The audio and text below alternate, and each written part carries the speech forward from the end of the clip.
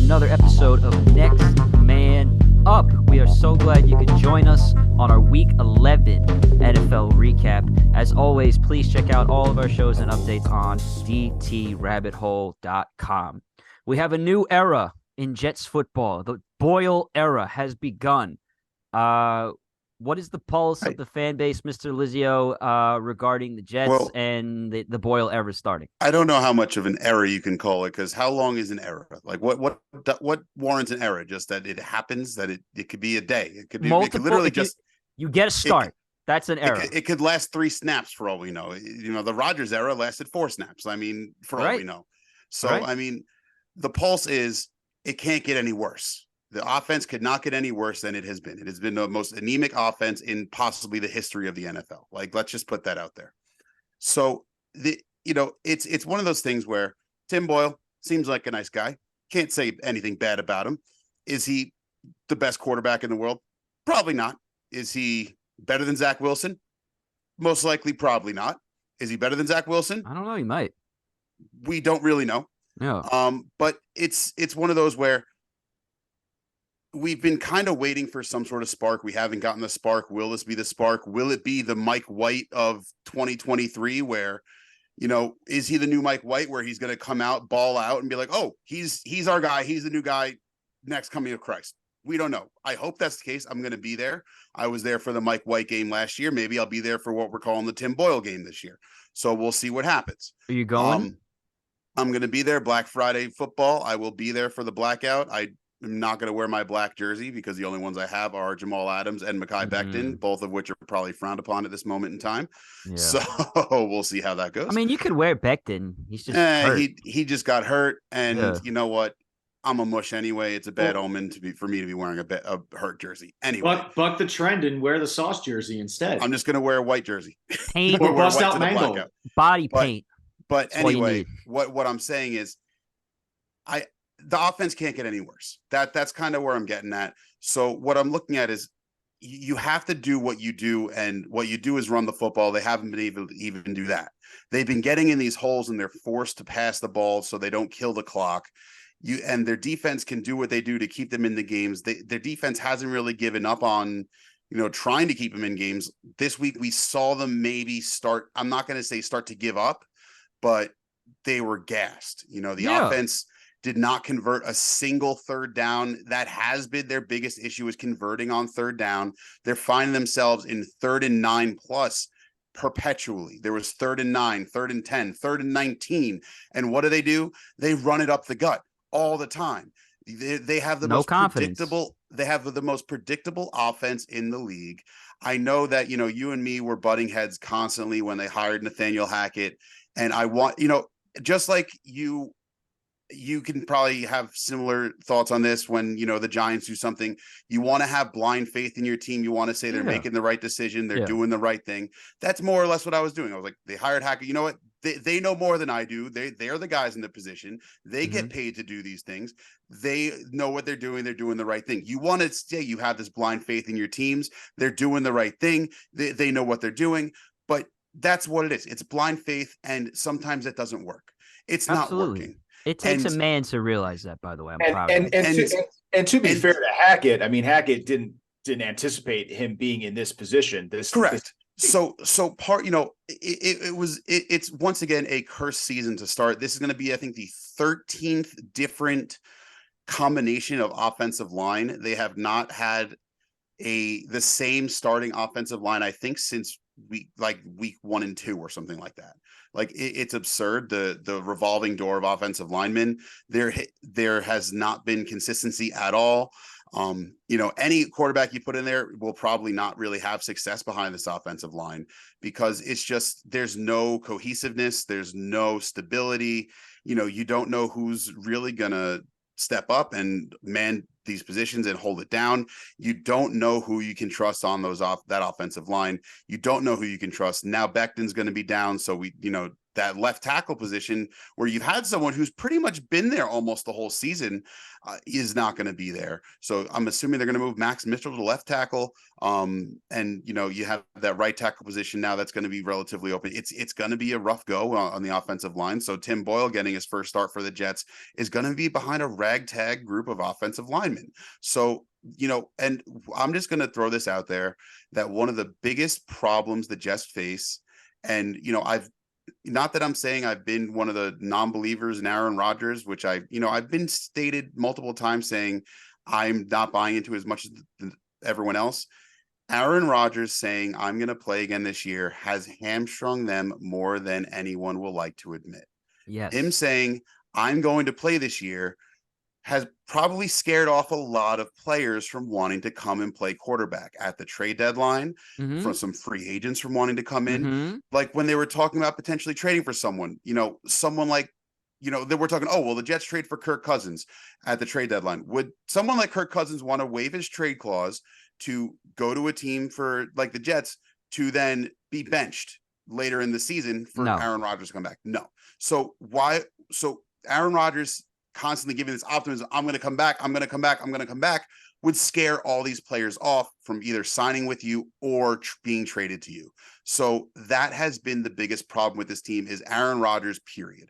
I get it. You want to have Aaron Rodgers. You want him to play. You want him to be successful. And at this point, they're not going to be in the picture. So he's not going to come back. And all you did was shoot yourselves in the foot. You cut your own Achilles heel. End of story. It's a Greek story, isn't it? Isn't that exactly what happened to Achilles? It's a Greek himself? tragedy, and that's all the Jets have been. And Joe Namath just sold his soul and the history of the Jets to win Super Bowl III, and they will never be successful again.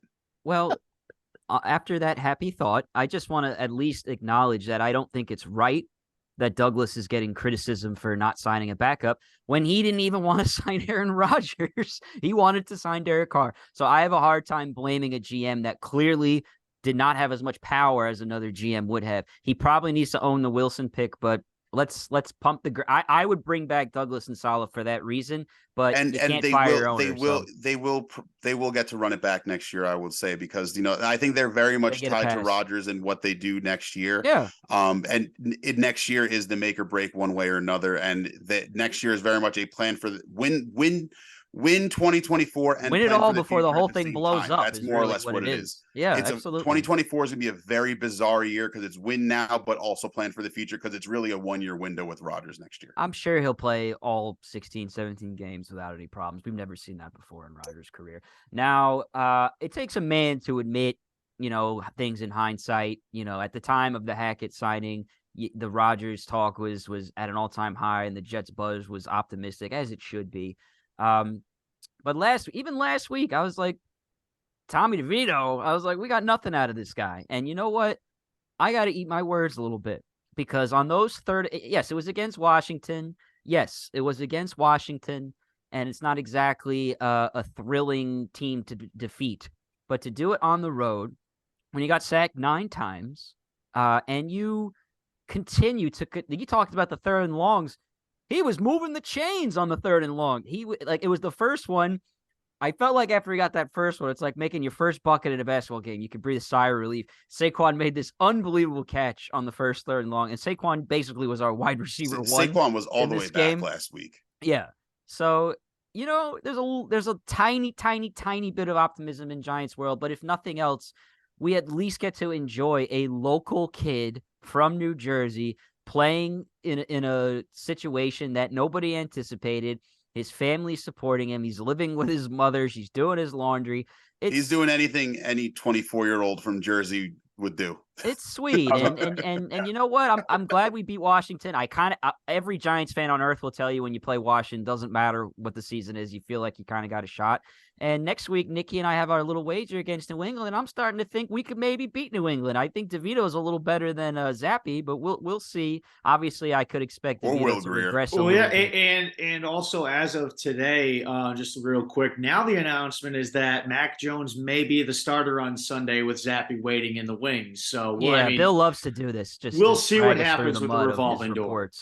At this point, Bill Belichick might even be the quarterback. We don't know who the hell is going to be under center. Steve Belichick could do it too. Who knows? With his faces. Yeah, I mean, I'm just happy that Giants fans have something to watch that isn't a tank fest. Any of the Giants fans out there that were like, "Oh no, we won. We're not going to have the number one pick." That to me is so bogus, because the only way that I support tanking is if you're guaranteed to have a Hall of Famer with the number one pick, and you're not. Look at Carolina. I'm not saying Bryce Young might not figure it out. Obviously it's a brutal rookie season, but you have no guarantees even with the number one pick. And with quarterback, it's even less of a guarantee. So that's why to this day, I will support the Saquon Barkley number 2 overall pick, because you saw an amazing athlete and you knew he was going to be an amazing athlete, and he's 100% an amazing athlete. There was no doubt about it. So Giants fans, I'm personally not on Team Tank. I'm on team let's win out and go 9-8 and sneak into the playoffs with the Tommy DeVito insanity run. That's the team I'm on. That's the world I want to live in. Is it absurd? Of course. But hey, you win 2 straight, you throw 3 touchdowns, you have a nice QB rating. Let's think happy thoughts. And speaking of happy thoughts, Bears necessities. I listened to Bear necessities this week, and did I get a hint of optimism about Justin Fields' future as a Chicago Bear? I think you're finally starting to see the light, Johnny. What do you got on the Bears-Lions game? Pick a side, Johnny. Pick a side. Pick a side. It's I mean, that's the talk of town since Sunday here in Chicago. Is Justin the guy? Can he be the guy? We've seen flashes of brilliance with him before, getting him to use his legs, moving him outside the pocket, design quarterback runs. Where has that been all season? I mean, the guy is such a gifted athlete on either side of the field. It was so obvious watching that game against Detroit. And yes, the Bears still ended up losing in historic fashion. It was the first time in NFL history a team that possessed the ball for over 40 minutes with 3+ turnovers in the turnover margin lost the game. Teams were 48-0 in that position up until Sunday, when the Bears just decided to say, hey, hold my beer. Is that really, I hate to interrupt you, but is that really worse than the 31-10 Giants-Eagles meltdown that I experienced in 2010 when Mike Vick did his thing? Anybody remember that? Everybody remembers that, I'm sure. It's up there. That was like 4 straight chokes on the defense, and 3 straight 3-and-outs on the offense. It was something like that. So I don't know if it was the same with the Bears, but I don't know. I mean, no one gave the Bears a shot going into that game. And if you were to tell me that they were dictating pretty much the whole game against a really, really good Detroit Lions team in Detroit at Ford Field, I would have called you crazy. I think the biggest thing to take away from the game on Sunday was Justin was not the reason why the Bears lost the game. And I think that's so important to reflect on if you're a Bears fan moving forward. Again, the coaching staff decides to get conservative when this team has momentum. When the Bears are running the ball well, things are working, they get conservative, and time and time again, they decide to blow a lead. Look earlier in the season against Denver. The Bears had no real reason to lose that game, and yet they lost three almost 4 touchdown lead to the Broncos. So it was really disappointing effort. But if you want to look at the future, I mean, honestly, that as a Bears fan, I had to sleep on it. I reflected, and then come Monday morning, I really thought to myself, that really wasn't as bad as a loss as it could have been. You're starting to hear me, Johnny. I'm getting through to you. That's what I said. You were like, nothing but pain. We lost again. I can't believe it. And I was like, dude, it hurts, man. Well, the Bears are so good at it, like the life cycle of a Bears fan of like, I want to just end this torture. But then you do the cycle of, hey, they're bringing me back in. Hey, we have a shot. Yeah, we just lost again. It's just this vicious cycle. But what I was getting to was the Bears were competitive. Yeah, it's just a vicious cycle, Chris. The Bears were competitive. The quarterback played excellent. He really kept the Bears within the game the whole entirety of the game up until those last 4 minutes. And the Bears still were able to improve their draft positioning. So the Bears, with that loss, are now in 4th overall place ahead of your Giants, Mr. Anthony, for the NFL draft order. Carolina also lost. They still remain the only team with 1 win in the regular season. So the Bears now hold the 1st pick and the 4th pick. So at least we don't have a Panthers fan on this show. I mean, that would be the peak of misery, right? Brutal. Yeah. And, despite what Bears fans might think about Ryan Poles and some of the head-scratching decisions like hiring Matt Eberflus, like trading for Chase Claypool, one thing can be sure, this might be one of the best hauls in recent memory for draft order positioning. And if Carolina does finish with that first pick, I mean, you're talking about, this last offseason was such a big franchise altering offseason for the Bears. This upcoming one is even more dire. I mean, it is even more important at the crucial decisions that will have to be made at the top of that draft. Listen, guys, yes, Justin played well, but he could also give up a goose egg this upcoming Monday Night Football in Minnesota against Josh Dobbs and the resurgent Vikings. They've been playing really hard since Dobbs has entered the fold there. So that is guaranteed to be like last 2-minute guy team with the ball situation. I feel like. But going back to Justin's performance, if he continues to play like that, the Bears have to run it back with him. They have to. I mean, why would you start over with a young rookie quarterback with a new head coach? You're setting yourself back. So why not trade one of those picks and get a lot of guys in return? Why do not what you did the year you traded up to get Fields? Find this year's Chicago Bears or last year's Carolina Panthers. Right. Whoever is desperate for a quarterback, you can give them that Panthers pick and maybe somehow get 2 or 3 first rounders this year. So can you imagine you could do that with Fields and you bring in a competent coach? The Bears could literally be back like that. I believe that. There's that tackle from Penn State. Marvin Harrison Jr. is on that. A tackle and an edge. And a wide receiver. That's so much more important than quarterback to me. There's a lot of good talent available on this board. And I don't know if you guys have been following college football lately, but Caleb Williams and Drake May, they don't win. They don't win. That's the only thing. They got the stats. They don't win. So if we care about winners, we're talking about guys who aren't even projected to go in the first round. That's what makes this so interesting. But we'll take a break from NFL for a minute because obviously the Patriots were on a bye. And the coup de grace, by the way, Green Day, great halftime show. I watched the whole thing on YouTube. They posted the show.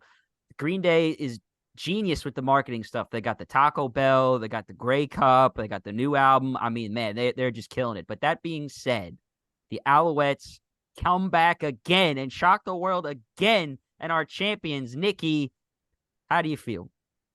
And Nikki, you have the tattoo appointment scheduled yet? No, not yet. Yeah, I said when I became an what's the French word for tattoo? Tattoo?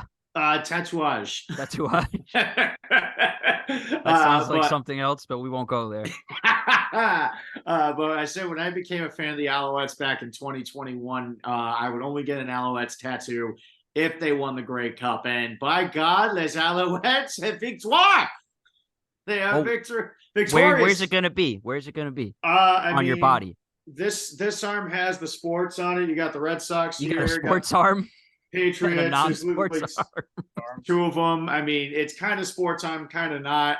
But I would have fit it in. You're like Swaggy P in the NBA who only got tattoos on one arm because he said the other arm was for just making buckets. That's what you're like. I said, but unlike him, I've got him on both. So okay. I've got him beat there, I guess, in that. But so it was awesome game. I mean, I was nervous when Winnipeg jumped out to a 10-0 lead early on, but Alouettes didn't give up in that game, man, and that was crucial. And even not getting a touchdown in short yardage, getting stopped at the 1 yard line right at the end of the first half. Yes, it gave Winnipeg an advantage going into the second half, but it didn't give them the momentum that they would have wanted to have going into that half. And I think that was crucial there because later on you have Cole Speaker getting the touchdown catch for Montreal. William Stanback had the rushing touchdown early in the game, a nice 30-plus yard run for him. Speaker got a touchdown, and then our boy Austin Mack got himself a touchdown later on. Bring him back. He had for the Giants. A couple of great games too. He had or a couple of great catches. He had one catch where his left arm was being blocked and held by a Winnipeg defender. He's 20 plus yards down the field. and he turns, and the angle of his body caught the ball with his right hand against his body for a big first down. All in all, 6 catches for 103 yards and a touchdown for his night there. And end of the day, though, that last second drive. Let me stop you right there, because that touchdown, I watched it several times, and I kept kind of feeling bad for the Winnipeg corner, who, as far as I can tell, could not have been in a better position to make a play on the ball. But for some reason, it just goes through him and right into the receiver's hands for the game-winning touchdown.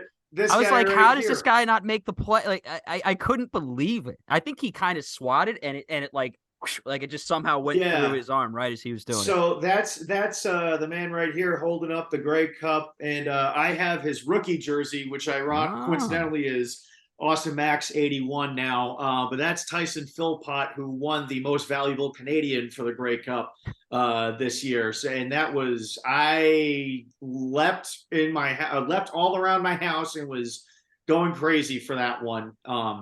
With 11 seconds left. Absolutely. Does this live up to the same level of joy that you experienced during the Patriots Dynasty Super Bowls? I would say for it would match up for, at least I think, that the first one for me, knowing that was the first Super Bowl they won. It's a sigh of relief. Yeah, this is now the 8th in franchise history that Montreal has won, and they were doubted all season long going in. They were projected as being bottom of the barrel in the league, and no one had any belief in them. But now they got the guys. They got I got a point here. They got Darnell Sankey back in September after he finished the season with Arlington, and now he's won an XFL and CFL title. Sean Lemon helped anchor the defense too. Overall, just fantastic season, and I can't wait for next year. And I also can't wait for next week, where we have a background bet going on right now. Yes, we do. I know you agreed to the helmet catch.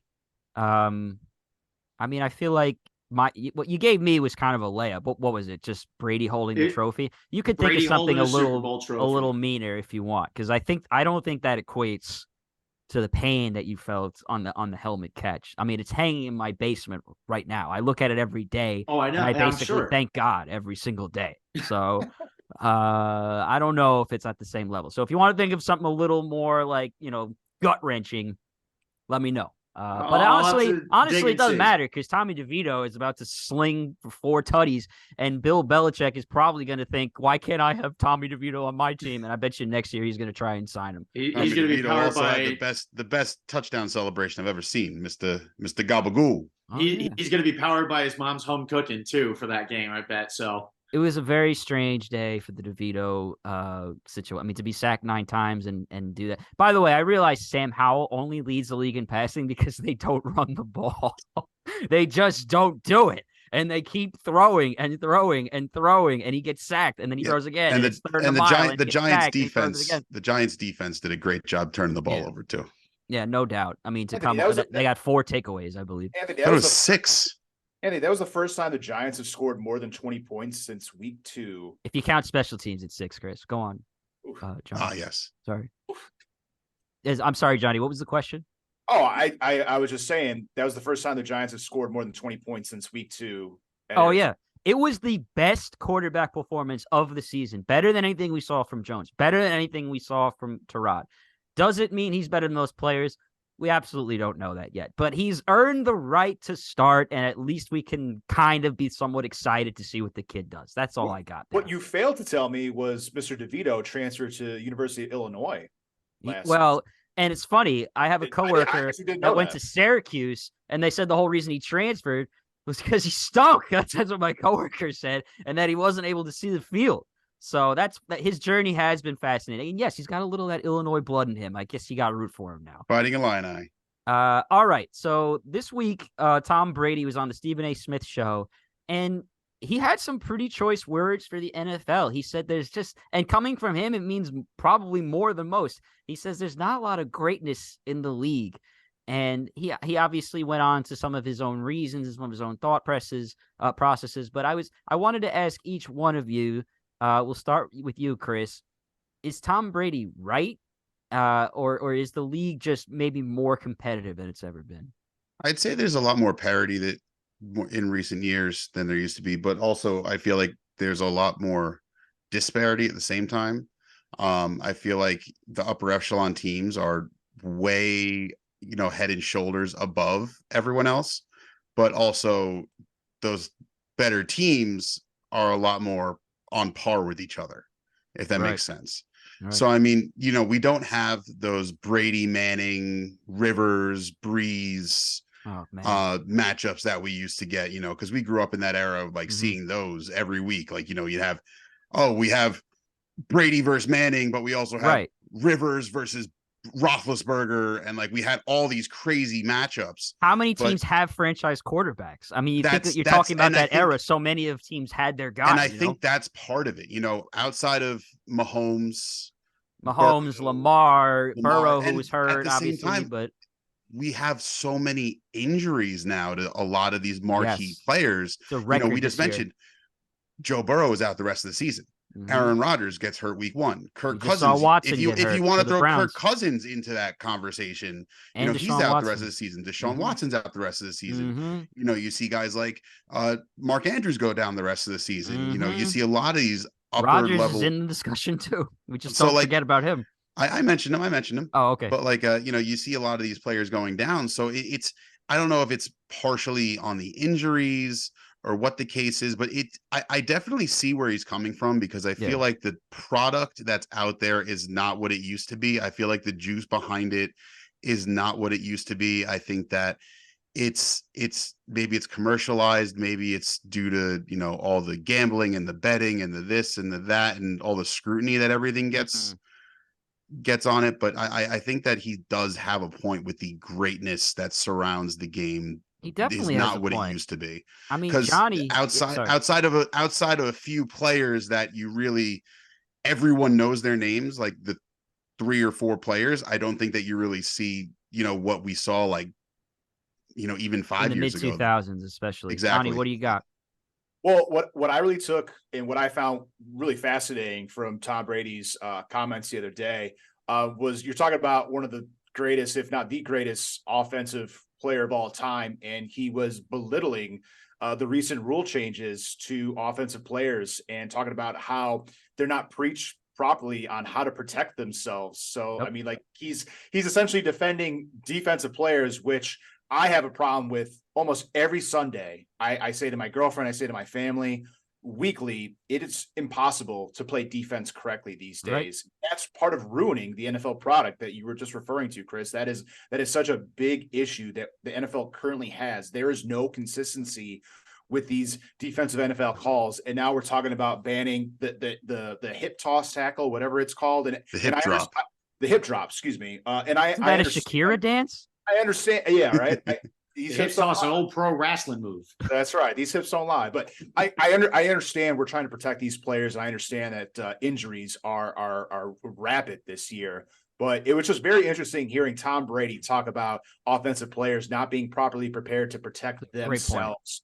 And that is affecting the play, and that is affecting the product of the NFL. I just found that so fascinating. And I agree with that too, because that was a big thing Brady worked on constantly, was always protecting himself, and how if he was going to get hit a certain way when he was getting sacked, he'd know how to at least fall as correctly as possible to minimize the amount of damage that would have been done to his body. And I think maybe that's something that players have to work with if he can. Tua had to learn Taekwondo to kind of avoid concussions. I don't know if you guys saw this. He's one of the people who hasn't gotten hurt this year, knock on wood. He learned how to fall. If you can see my arms, I'm spreading them out. As you fall, if you spread your arms out and you push on the ground as hard as you can kind of push off the ground, because his problem with concussions were his head going back. Hey, you got to keep your chin tucked on that too. And I mean, sometimes you're going to get hit in a way where you can't tuck your chin no matter what. But I mean, when Brady said too, with certain guys like a Ray Lewis or Rodney Harrison or someone else, don't throw it in their area, because he knows his receiver's going to get knocked out of the game because they hit him hard. Absolutely. And that takes it's a great kinda, quarterback to have that much awareness. and too. it's kind of crazy. You look at like some of the highlight reels from 10 years ago, and it's just these decleating shots that would be flags now. So like the Yeah. product, once Different again, the game. product isn't what it was. So Right. it's It's challenging because I'm in the middle. I feel like it's they kind want to of protect their investments, right? Yes, it's almost like a softening of the game in a way, but like the consistency is, it's hard. Jazz Johnson, it's hard to play defense in this league now because there's no consistency. So like what is considered a good hit or a good play one week is considered a 15-yard penalty the next week. In a split second moment.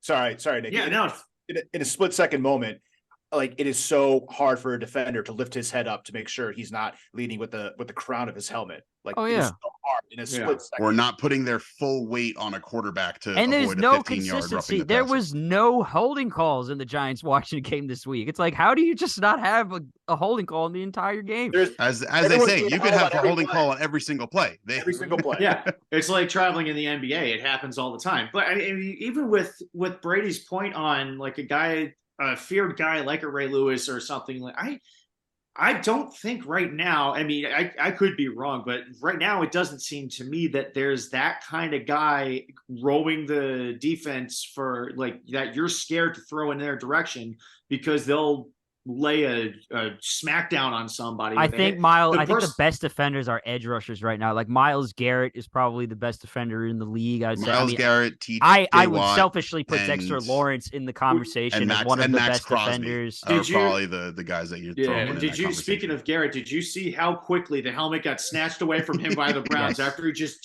picked it up? PTSD. And gave it back? Yeah, I thought it was funny. I thought it was funny.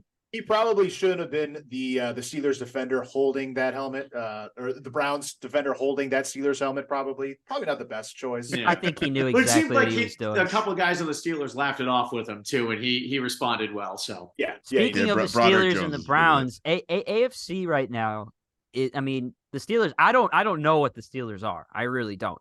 They are obviously still winning because of Mike Tomlin, and they just fired Matt Canada too. They just fired Matt Canada. No Canada. So you got all that going on. But if you look at the AFC as a whole, I mean, we wrote off the Raiders. Antonio Pierce has given them some life. We wrote off I want to go. I actually said in one of the first shows we had that Russ will cook and the Broncos will work it out with Peyton and they'll be good.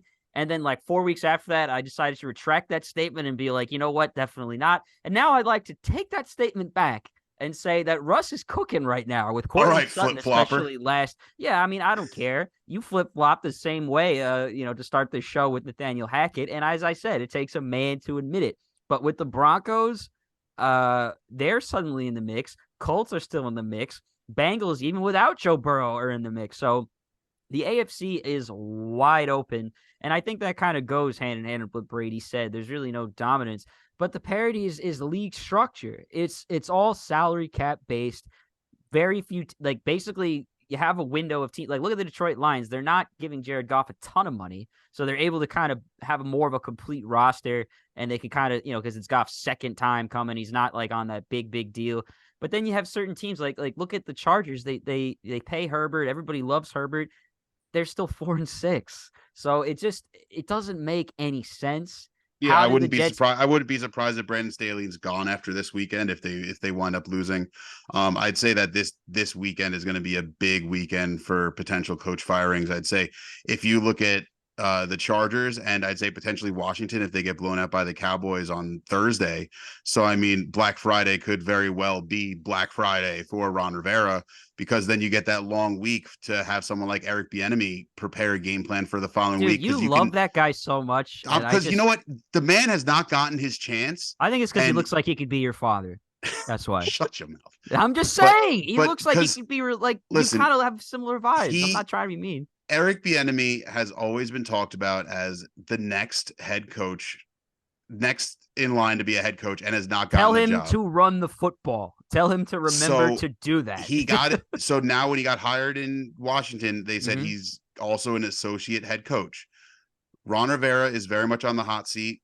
If you're Josh Harris, you just bought the franchise. You want to see what you have in this guy before you go into the offseason where you're most likely going to be looking for it. The offense is a disaster.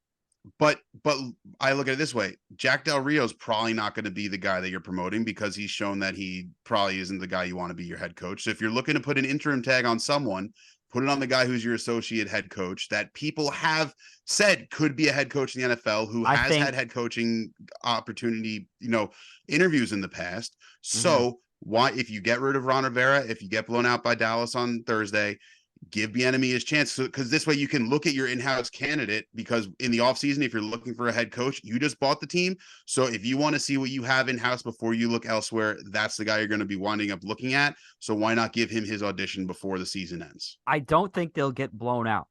I have this weird feeling that Washington will play close to Dallas, and I think Rivera will be safe. And I think with the whole Magic Johnson thing surrounding that, they might completely clean house as opposed to promote from within. Latest rumor I heard, and I kind of thought, oh, geez, that'd be the perfect thing to ruin my life. But of course, it could happen. Belichick Washington. Yeah, well, I think he wound up having to get traded due to his contract extension. I've seen some Belichick rumors to the Bears in the offseason. I don't want anything to do with Belichick. But I think he would have to go somewhere with a quarterback. So if he winds up going anywhere, I think he winds up going to somewhere and like the DeVito Chargers. are going straight to Washington. I think you're looking at Belichick to the Chargers if he coaches next year. So you pair him with Herbert, and then the Chargers wind up becoming a contender. And like I've said too, with the whole Belichick coaching rumor wheel this season, I don't know what to believe. So I'm just, whenever something officially gets released, that's when I'll believe when it comes true. I am with you on that. Belichick will give you very little hints with his lack of body language, and emotion. Lack of emotion. Now, absolutely. Now, all right, guys, this has been a fantastic recap. Last thing I want to say is we got Thanksgiving coming up. Obviously, there's football on Thanksgiving, and I love that. But to finalize the point on Brady, I think a huge issue with the NFL is season-long Thursday night football. And I know there's a ton of money wrapped up into it, but I think the reason you're seeing all this parity is you're playing teams at weird times. This is why I actually think Washington will play Dallas close. It's a short week. They just got embarrassed by the Giants for whatever reason. The Giants always beat them. For whatever reason, Washington always seems to give Dallas a hard time. So I'm just kind of leaning that way. But listen, Dallas is 1-11 against the spread in their last 12 Thanksgiving games. Just want to throw that out there. Ooh, interesting. All right. Dallas is an 11-point favorite tomorrow. I love that. Thank you very much, for the reminder. Johnny. I will not be putting them in my parlay. I appreciate your heads up on that one. Take the money line. Just don't take the spread. All right, gentlemen. Thank you so much. I wish you all happy Thanksgiving with your families. And thanks to anyone who listens and continues to support this show. It's really go check out the Bare Necessities podcast on Down the Rabbit Hole Media as well. It's a very cool DJ vibe. 11 minutes of just a beat. It's like you got that background music. I love that. Thank you so much for tuning in, and thank you so much for your support of both Next Man Up and Down the Rabbit Hole Media. If you enjoyed this show and want to hear other shows or want to learn more about our content, please check out all of our links and information on dtrabbithole.com. Subscribe to us on YouTube. Subscribe to us on Spotify. Thank you so much for your support. And if nothing else, just tell a friend. We really appreciate your time. Thank you from the bottom of our hearts. And as always, be well.